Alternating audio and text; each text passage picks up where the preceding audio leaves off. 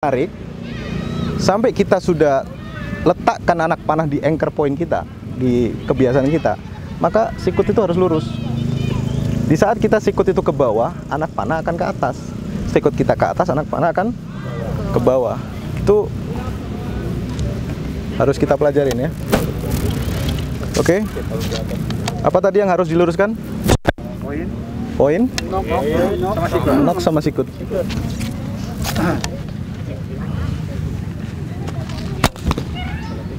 Jadinya akan lurus kalau kita lurus. Berarti posisi si nok ini juga harus lurus dengan ini dong? Ya? Lurus. Jadi posisinya gini. Ya kan posisi ini kan ini lurus banget nih. Lurus banget. Cara ngukurnya begini, lurus banget. Kasih jarak knocking point itu jaraknya itu sebesar diameter shaft atau setengah kuku kita nih. Kuku kita seberapa, setengah kukunya itu dinaikin. Jadi andaikan agak nungging sedikit begini. Ya. Agak nungging justru. Agak nungging. Kenapa agak nungging? Untuk menghindari gesekan daripada. Jadi kita nggak usah pakai handguard, tapi kita nggak ada masalah. Walaupun kalau kita sudah nggak ada masalah, kita tetap harus menggunakan. Bip, saya ulang ya, Bip. Safety. Kalau knocking point-nya tegak lurus gitu ya, siku gitu kan, naikkan satu diameter arrow kita ya, kan, naikkan gitu ya. Naikkan. Atau setengah kuku tadi. Setengah kuku itu. Buat mencegah gesekan. Udah? Tadi sampai di mana tadi? Di lurus ya. Terus baru yang keempat yaitu yang ditenangkan. Yang ditenangkan itu gampang, kepala, leher, hati. Ya kan? Berarti kalau kepala itu di mana aja? Semua berarti. Hidungnya, matanya, mulutnya, pikiran kita. Terus leher itu kita nggak boleh tuh tegang. Mana sambil gini tuh nggak boleh. Terus mana sambil mananya sambil apa? Miring-miring itu nggak usah. Jadi kita tetap wajah menghadap ke target, leher tenang, hati kita tenang. Jadi memanah itu jangan mikir di rumah gimana masaknya. Terus biasanya itu yang nggak kena itu kadang waduh masih punya utang ada gitu. Itu Bib, kadang-kadang saya lagi hutang habis termalah. Iya. Jadi memang kita memanah itu betul-betul harus meletakkan segala sesuatunya kepada Allah. Jadi kita udah di lapangan ya udah manah aja gitu. Walaupun nanti ada sisi-sisi di saat kita mengambil anak panah kita berdoa, kita meminta kepada Allah karena ini Raudhatul Jannah, taman-tamannya surga. Karena ada hadisnya itu. Oke. Jadi total semua ada berapa? 12 tadi. Yang harus dikeraskan, harus tenangkan. Apa aja yang harus dikeraskan? Genggaman, jempol, terus lengan mana? depan dan belakang, atas bawah. Atas dan bawah, bawah. Terus yang harus dilembutkan tadi mana? Kanan, kiri, sama tarikan. Yang harus diluruskan? poin, Sama sikut.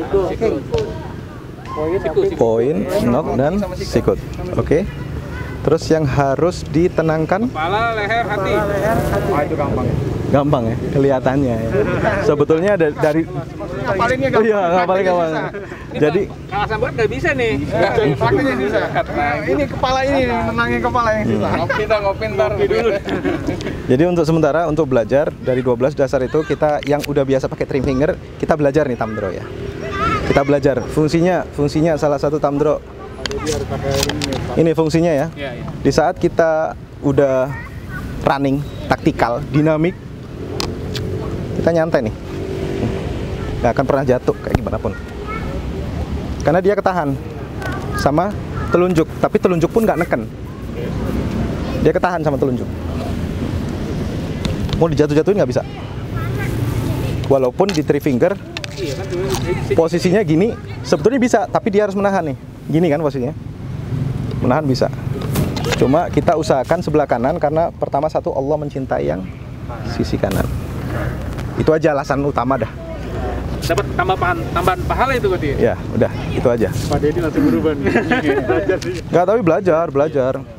Karena gini, seperti yang saya ceritakan tadi di mobil ya. Setiap teknik setiap teknik itu tuh sebetulnya semua punya sejarah dan kisah, ya kan? Sejarah dan kisah.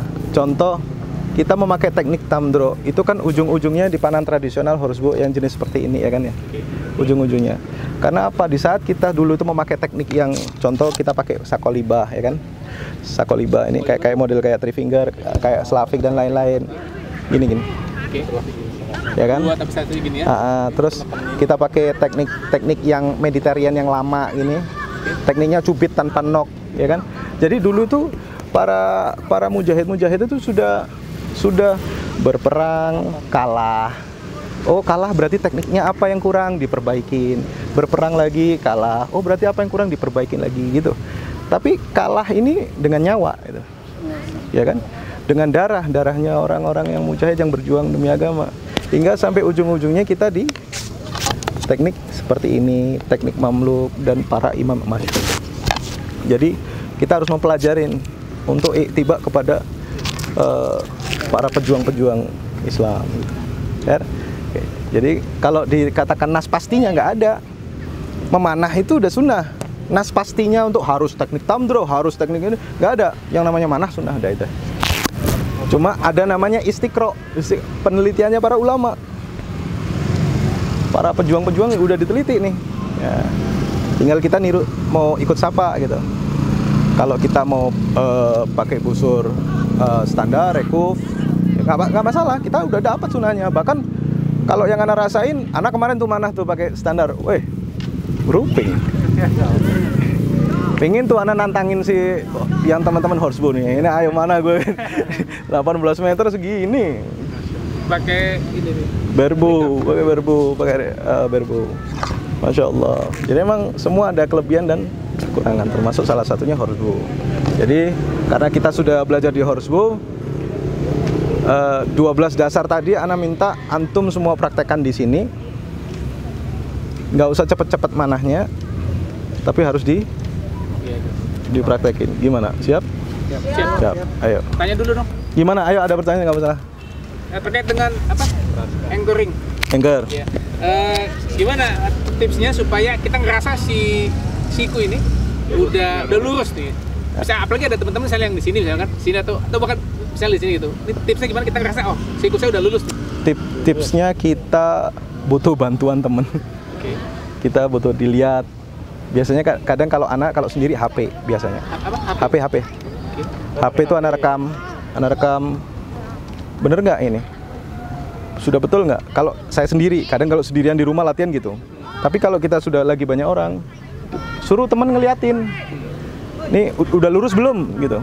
Udah lurus belum? Gitu. Terus usahakan ya. Kalau bisa, jangan kebiasaan kita anchor itu diletakin. Oke, malah biasanya barebow tuh. Coba ada anak panah yang lebih panjang. Nih. Panjang ini panjang.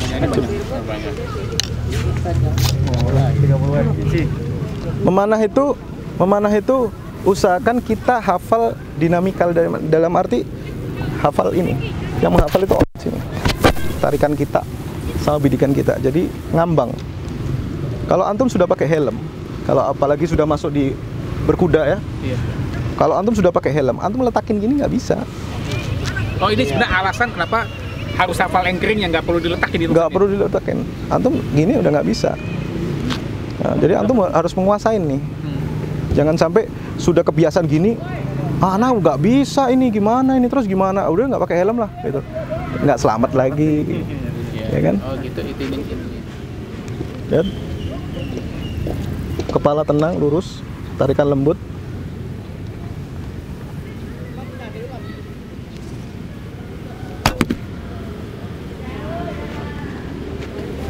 Nggak ada nempel di sini, usahain. Jadi kita harus kebiasaan itu. Saya dulu biasa nempel tuh, begini. Coba 70 meter enak banget. Sekarang hancur,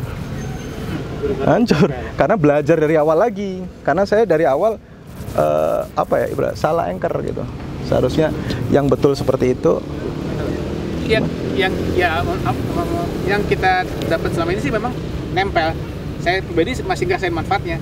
Misalnya kalau tarikannya misalnya nggak dibusuk berat gitu, dia lebih nggak getar. Ya, nggak lebih getar. enak. Dan kita ngerasa di sini ya karena belum biasa ya, karena ngerasa udah di sini titiknya. Udah nyaman, Iya, udah di di sini situ. titiknya gitu maksudnya. Padahal kalau kita udah masuk ke dinamikal, Iya, itu titik. kalau kita sudah coba ada beberapa itu, yang coba.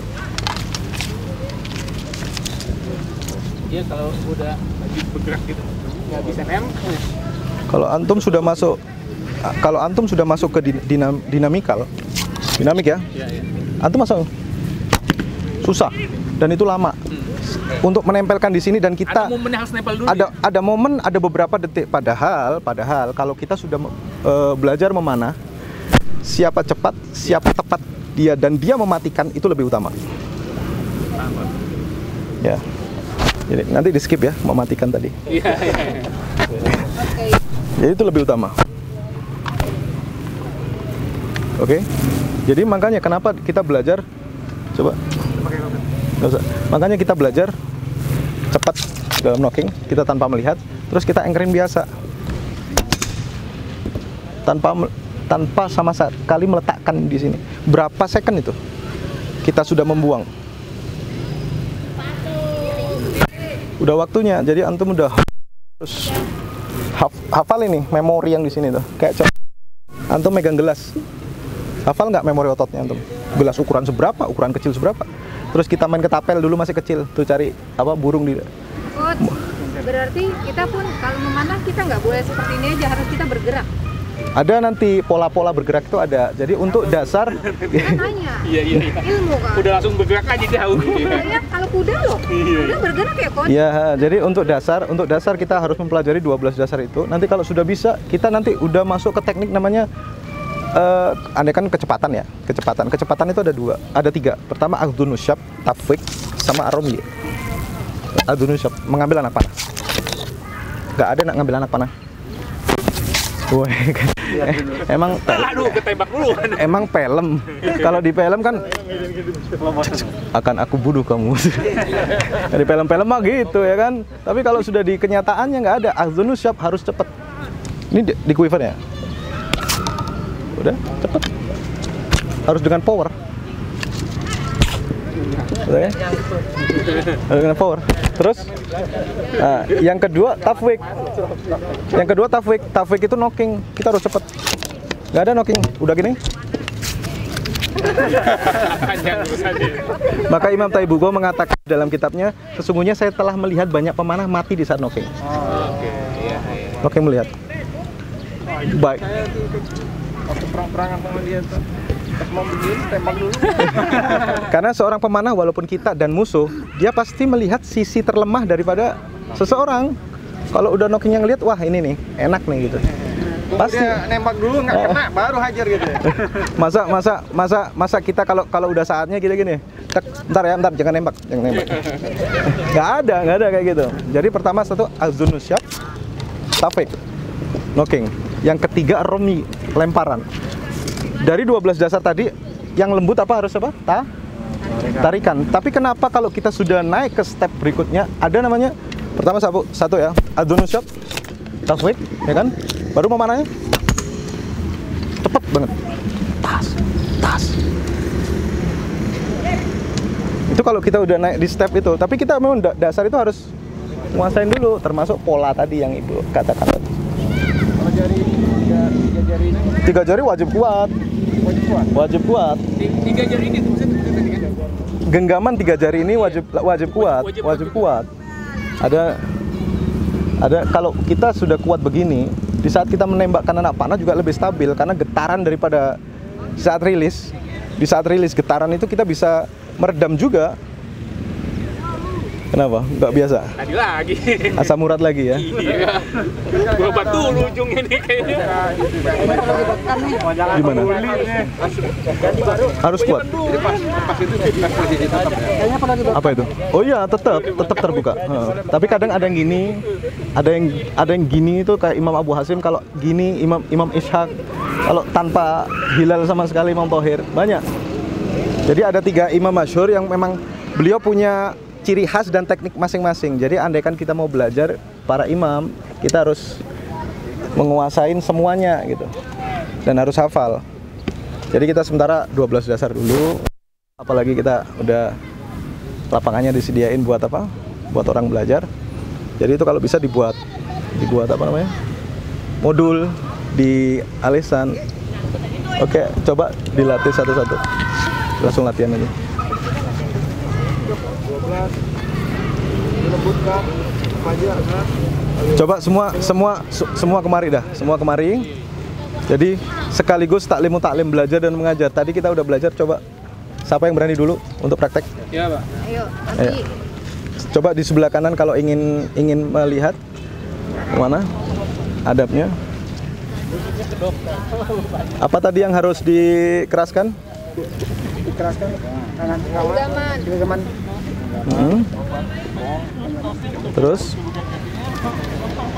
Terus apa yang harus dikeraskan? tarikan Ada 3 kan yang harus dikeraskan? Apa? genggaman tangan kiri kunci ya Kunci, jempol saat mengunci. Lalu yang harus dikeraskan? otot Kok otot salah? Lengan atas dan lengan bawah. Lengan atas. Terus yang harus diluruskan? luruskan poin walking Sikut. sikunya Terus yang harus ditenangkan? tangan pikiran Kepala, bukan pikiran. Kepala, leher, hati. Terus yang harus dilembutkan? telunjuk kiri telunjuk kanan tarikan. Oke, coba dipraktekin.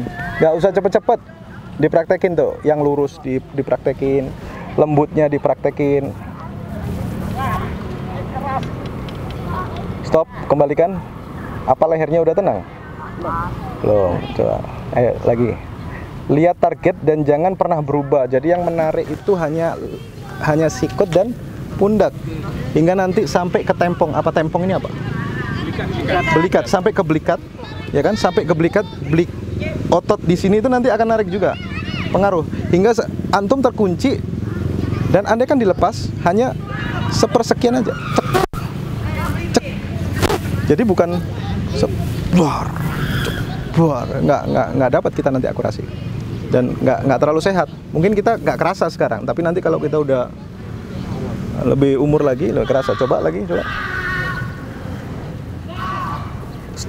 Awas.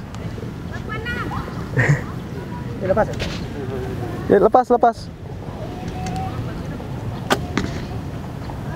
Udah tenang lehernya? Masih gerak kan? Jadi nggak boleh tuh gerak. Santai aja, santai. Serileks-rileksnya. Mundur, coba.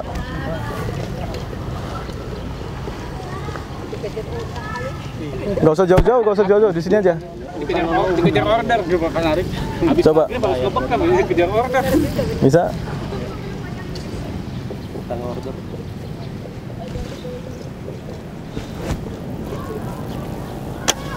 Nah, bagus. Bagus, ayo lagi. Apa lihat? Tentu di depan. Siap. Yang asam urat tadi. Ingat yang dikeraskan, yang dilembutkan, diluruskan, ditenangkan, dipraktekin tuh. Pelan aja, santai-santai dibaca. Sultan Andara Anchornya? Masih nempel sih. Nggak ada masalah, ayo. Ini bagus nih. Masih nempel. Terus. dari sana Sebelum lanjut boleh nanya nggak? Kan katakanlah ada dasar-dasarnya, bisa ada step-stepnya. Kalau kita baru belajar nih, di mana kemudian tujuan belajarnya selain sunat tentu saja, tapi tujuan kita hari ini baru sampai pada saya mau dapat target gitu, dapat skor gitu kan, sehingga memang dia harus ini tadi saya masih harus anchoring gitu. Jadi gini, banyak nih sekarang para pemanah lebih dominan mencari target gitu loh. Jadi kembali ke niat awal, antum mau lomba. Jadi kembali ke niat awal, antum mau lomba, mau memanah karena sunnah, mau membuat Islam menjadi kuat atau bagaimana? Pertanyaannya itu aja. Kalau antum sudah bisa mendapatkan bidikan dengan cara yang antum pakai, udah tepat sasaran, terus niat antum lomba, ya udah pakai itu aja, nggak usah belajar. Tapi kalau antum pingin mempertahankan nih izahnya Islam, kekuatannya Islam, bagaimana kita bisa meneruskan ilmu-ilmu ini ke anak generasi kita harus bisa menguasain itu. Kita harus bisa menguasai. Jadi akhirnya teknik ini tadi yang menempatkan anak panah kita hingga ke tengah sasaran. Bukan kita yang yang berusaha sendiri, tapi dengan teknik itu kita bisa akurasi.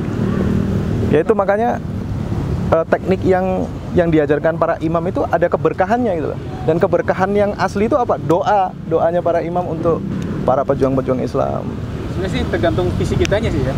Kalau kita ingin itu tadi mewariskan generasi berikutnya begitu ya. Iya, betul. Bukan sekedar katakanlah menang event, target atau Menang gitu aja. Sehingga kita akan membiasakan diri untuk belajar teknik, belajar dan terus belajar.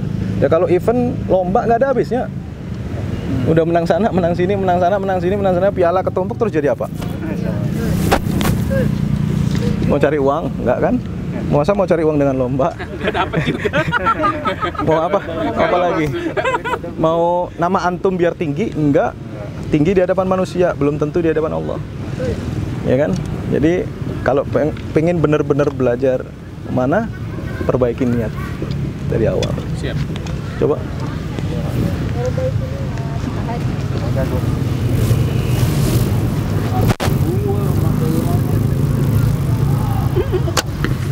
Oke. Lanjut. Ini. Ingat saya selalu melihat tarikan ya. Nggak ada tarikan terlalu cepat untuk awal.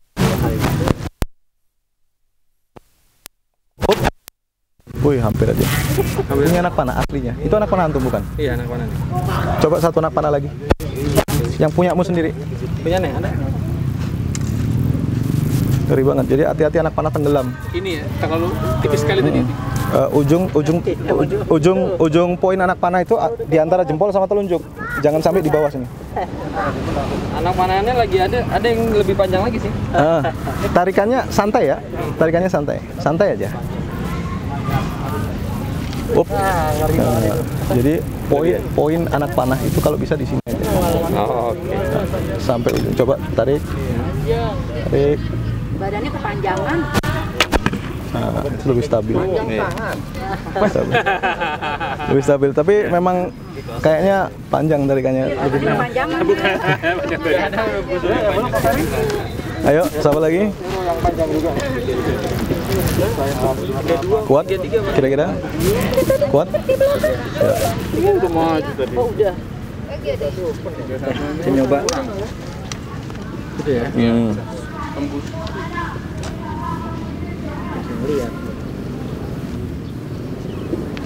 Bagus. Nggak apa-apa. Stop, kembalikan dulu.